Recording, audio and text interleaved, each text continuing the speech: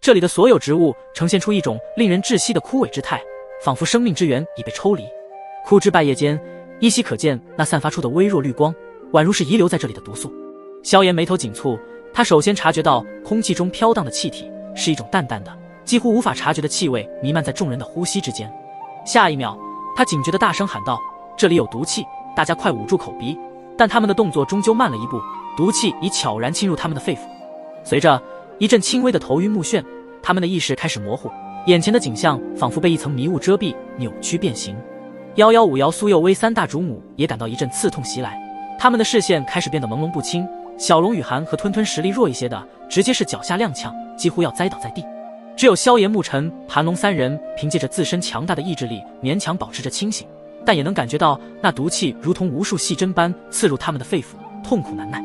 四周的枯木似乎在低声窃笑，风穿过干枯的枝桠，发出诡异的响声。众人的脚步声在这死寂之地显得异常突兀，每一步都像是在打破某种沉默的诅咒。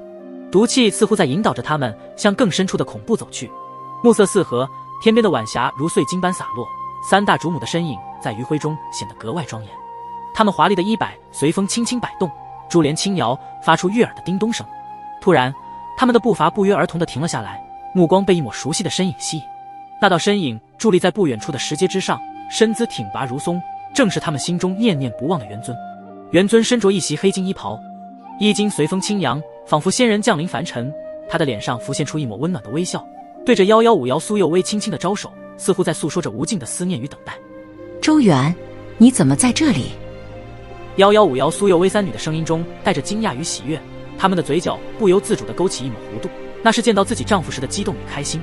而周元的笑容也更加的灿烂，他回应道：“瑶喂儿，我在这里等你们很久了，你们快过来我这里。”在一旁的小龙雨涵更是难以掩饰内心的激动，她的眼中闪烁着泪花。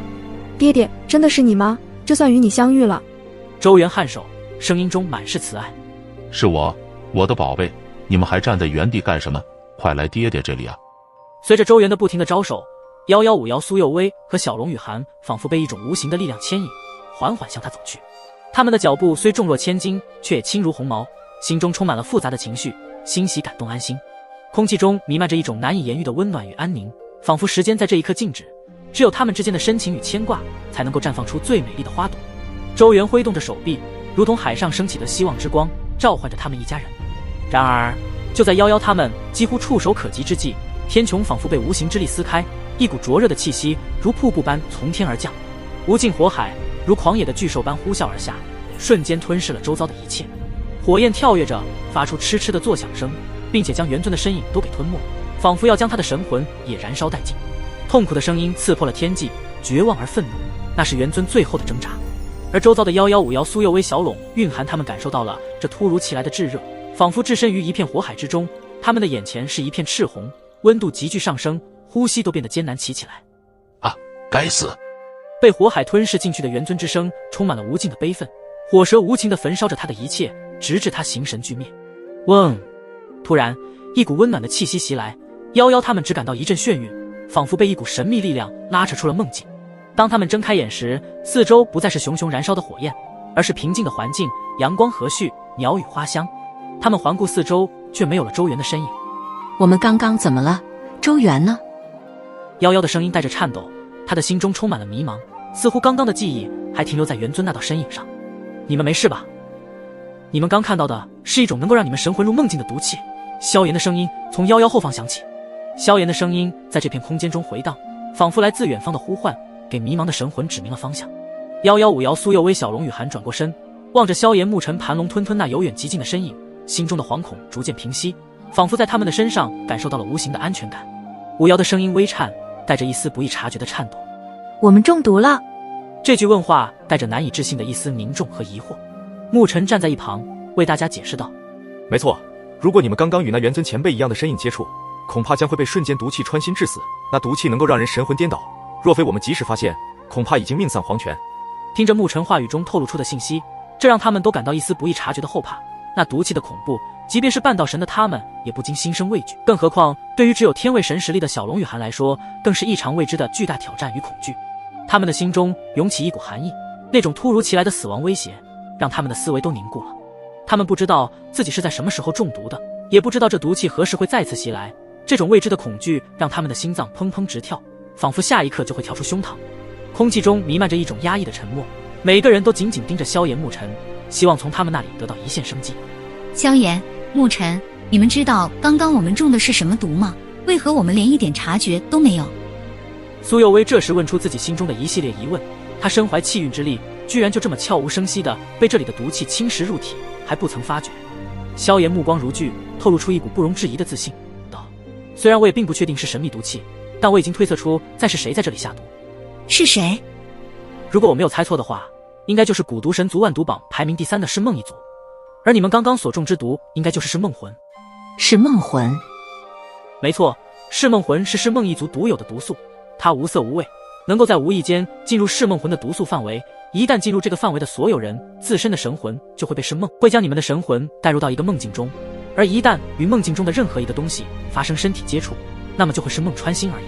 萧炎的声音虽然平静，但其中蕴含的力量却让人心安，仿佛只要他在，一切危险都将迎刃而解一般。而萧炎之所以知道是梦魂，是因为在萧炎那界中的那位圣域王告知，也就是前不久被萧炎击败，只剩下一道神魂的异毒一族的圣域王。其实刚刚大家都已经中了噬梦一族的噬梦魂，可是萧炎、沐尘、盘龙他们凭借着自身的强大意志力，暂时与之发生了抵抗。而就在这个时候，在萧炎那界中的圣域王也感应到了这让他熟悉的毒素，并立马向萧炎解释起这噬梦魂的来历。在此之前，你们先服下我的抗毒神丹，这神丹能够有效地抵抗住外来毒素的侵蚀。